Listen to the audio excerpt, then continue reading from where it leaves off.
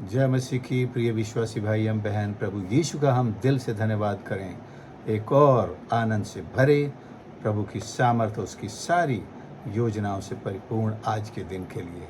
हमारा प्रभु हमें कभी नहीं छोड़ता, कभी नहीं त्यागता और प्रतिदिन हमारा बोझ उठाता है। उसने कहा है, मैं तुझे कभी न छोड़ूंगा, कभी न त्यागूंगा। शैतान यही शक तो हमारे मनों में डालता रहता है कि ईश्वर ने तुम्हें छोड़ दिया है, उसके बस का अब कुछ नहीं है। लेकिन हम परमेश्वर के वचनों को अपनी ताकत के रूप में याद रखें। एक वचन इसी ताकत में जो आज हमारा मनन है, 2 कुरिन्थियों उसका 12वां अध्याय 9वां पद, जहाँ पर लिखा है,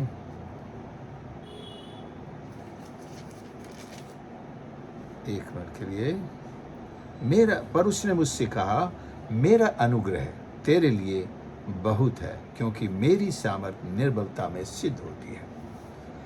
हम जीवन में बहुत कुछ पाना चाहते हैं, बहुत सारे बड़े बड़े संकटों का सामना करते हैं और बुरे लोगों का भी सामना करते हैं, बुरी परिस्थितियों का भी सामना करते हैं, आर्थिक रूप से भी तंगी और मुसीबत का सामना करते हैं। बड़े बड़े लोग भी करते हैं, जिनके पास लाखों करोड़ों हैं, उनकी मुसीबतें करोड़ों में आती हैं।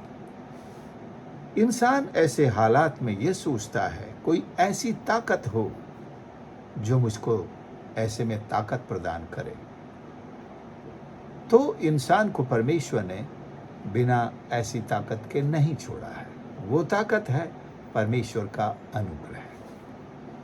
हम कितनी भी बड़ी चिंता में, दुख में, संकट में, आर्थिक हो या किसी भी तरह का संकट हो, उसमें क्यों ना हो, परमेश्वर अपना अनुग्रह हमको इतनी बड़ी मात्रा में प्रदान करते हैं कि हम उन परिस्थितियों का सामना कर सकते हैं और बचे रह सकते हैं और परमेश्वर के आशीषों में आगे भी बढ़ सकते हैं।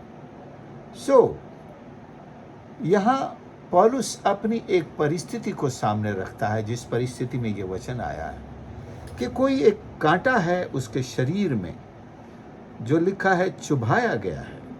7 पद में, मेरे शरीर में एक कांटा चुभाया गया है और शैतान का एक दूत कि मुझे घूंसे मारे ताकि मैं फूल न जाऊं।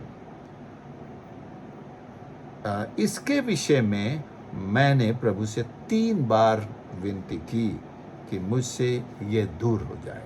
इसके जवाब में प्रभु ने कहा, मेरा अनुग्रह तेरे लिए काफी है।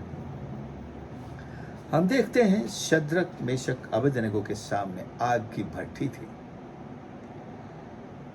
और उन्होंने भी दुआ की होगी, हो सके तो ये भट्ठी हमसे दूर हो जाए। फिर भी उनका तो ये था कि हम अपने ईश्वर की आराधना नहीं छोड़ेंगे, उसका नाम लेना बंद नहीं करेंगे। तुम हमें दे दो भट्टी में डालने की सजा।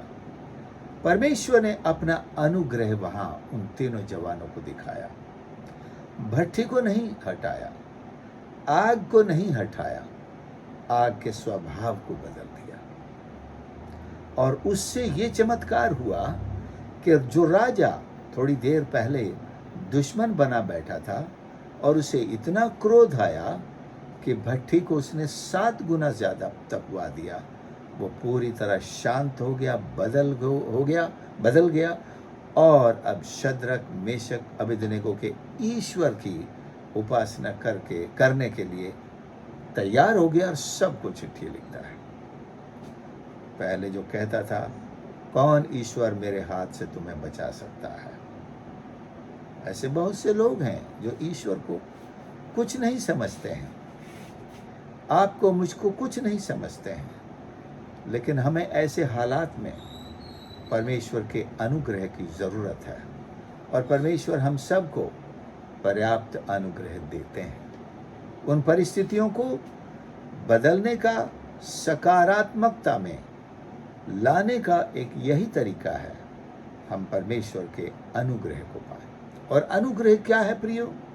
ये सेंत मैत मिलने वाला एक ऐसा फेवर है, एक कृपा दृष्टि है, जिसके बदले में हमको कुछ भी खर्च नहीं करना है, केवल प्रभु पर विश्वास करना है हमारा प्रभु हमारी ओर से दुश्मनों का सामना करने, उनसे लड़ने के लिए तैयार है। इस अनुग्रह की जो पर्याप्तता है, एक लिखा पर्याप्त है, इसकी पर्याप्तता जो है उसकी कोई सीमा नहीं है, उसका कोई एक रूप नहीं है। आपको जिस रूप में चाहिए उसी रूप में ये अनुग्रह हमारी मदद करता है। अगर चंगाई के रूप में चाहिए, चंगाई के रूप में, अगर और परेशानी है, आर्थिक बातों की परेशानी, तो वहां ये आर्थिक सहायता बन जाता है। इसमें एक ऐसी चमत्कारिक शक्ति है परमेश्वर के अनुग्रह में, ये हमारी आवश्यकता का वही रूप धारण कर लेता है और हमको संभाल लेता है। पौलुस शायद अपने आप को इसमें बड़ा समझ रहा था कमजोर, कि मैं सहन नहीं कर पा रहा हूं। 3 बार उस चीज से छुटकारा पाने के लिए प्रार्थना करता है और प्रभु उसे जो आशीष देते हैं वो है कि उस समस्या में रहते हुए ही आप उसको कैसे सहन कर सकते हैं, कैसे परमेश्वर की महिमा कर सकते हैं, कैसे परमेश्वर की बड़ाई आपकी समस्या के द्वारा हो सकती है और परमेश्वर आपको भी संभाल सकता है। संकट में हमको और क्या चाहिए कि हमको ईश्वर संभाले।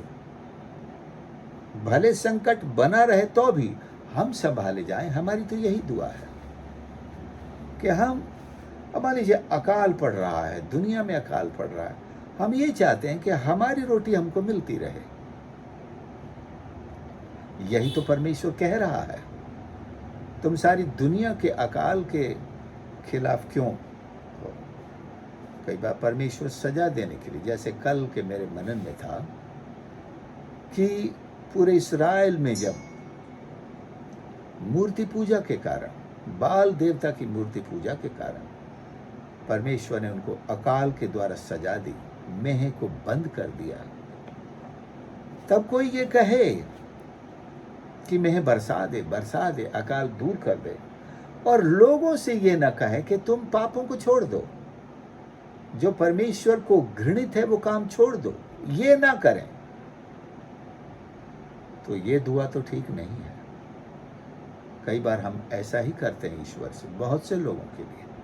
परमेश्वर जब उनको सीधे रास्ते पर लाने के लिए सजा दे रहा होता है, हम प्रभु से कहते हैं, प्रभु इसको आशीष दे देना, इसको चंगा कर देना। उसने कहा, मैंने कहा चंगाई को रोका है, इससे ये भी तो कहो कि तौबा करे, अपने पाप छोड़ दे, गुनाहों की जिंदगी से बाहर आए। मेरा अनुग्रह तो इसीलिए रुका हुआ है। हाँ, प्रभु का अनुग्रह रुक भी जाता है जब हम पापों के जीवन में लौट जाते हैं या बने रहते हैं या हट करते हैं या छोड़ना नहीं चाहते हैं, तो परमेश्वर भी अपना अनुग्रह रोक लेता है। सो आज ज़रूरत इसी बात की है कि हम अपने जीवनों को परमेश्वर के अनुग्रह के लिए किस तरह खोलें। तौबा के द्वारा अपने जीवनों पर एक विचार करें, उन सारे पापों को ढूंढ ढांढ करके ईश्वर के सामने अंगीकार करें और छोड़ दें। हमारा परमेश्वर हमें माफ करने, अपने अनुग्रह से भरने के लिए तैयार खड़ा है। और हर वीकनेस का एक उद्देश्य है। परमेश्वर ने आगे कहा कि परमेश्वर की सामर्थ, पौलुस कहता है, मुझ में सिद्ध हो जाए। जब मैं निर्बल होता हूं तभी बलवंत होता हूं। तभी तो हम बलवंत होंगे। जब हम कमजोर होंगे, निर्बल होंगे, बलवंत। जब हम बीमार होंगे तो और ताकतवर होंगे, अच्छे स्वास्थ्य के साथ आएंगे, लोगों को गवाही देंगे, कहेंगे देखो, जैसे यीशु ने कहा, मैं मर गया था और अब जीवित हूं। परमेश्वर ने मुझ पर कैसा अनुग्रह किया। तभी तो हम कह सकेंगे। जब हम आर्थिक रूप से गरीबी का भी सामना करते हैं और परमेश्वर का अनुग्रह हमें उभार लेता है, तभी तो हम गवाही देंगे, कह सकेंगे देखो परमेश्वर ने मुझ पर कैसा बड़ा अनुग्रह किया है। क्या आप परमेश्वर का अनुग्रह चाहते हैं? ये ज़रूरी है हर एक को इसकी चाहत करे। We must all need sufficiency of the grace of God. And let me tell you, it is available. ये उपलब्ध है। प्यारे प्रभु हमारे परमेश्वर, हम धन्यवाद के साथ आपके चरणों पर आते हैं। आपको धन्यवाद देते हैं परमेश्वर कि आप हमेशा अपने अनुग्रह से परिपूर्ण हमारे लिए तैयार हैं हमारी सहायता करने के लिए। हम प्रार्थना करते हैं और अपने हर एक कमजोरी को, हर एक पाप को, हर एक अपराध को, गुनाह को आपके सामने मान लेते हैं। प्रभु हमें क्षमा करें, अपने लहू से धो दें परमेश्वर। मैं हर एक के लिए प्रार्थना करता हूँ जो इस वक्त इस संदेश को सुन रहे हैं, अपना हाथ बढ़ाकर उन्हें खुदावन छू ले। हर एक अपराध को, कमजोरी को, हर एक पाप को हमें क्षमा कर तेरे लहू से धोकर पवित्र बना। और परमेश्वर तेरे अनुग्रह की एक बारिश हम सब के ऊपर बरसा दे। प्रभु जी हर तरह से अपना अनुग्रह की आशीष हम सबको दान कर। धन्यवाद करते हैं, आपने इस प्रार्थना को सुना है। प्रार्थना उद्धारकर्ता प्रभु यीशु के नाम से मांगते हैं, आमीन। प्रभु आप सबको आशीष करें। आपने इस संदेश को सुना है, ज़रूर दूसरों के साथ भी शेयर करें और हमें आपके कमेंट्स और लाइक्स भी ज़रूर भेजें और हमारे इस चैनल के लिए प्रार्थना करें। यदि आप इस चैनल पर नए हैं या पहली बार आए हैं तो ज़रूर इसे सब्सक्राइब करें। God bless you.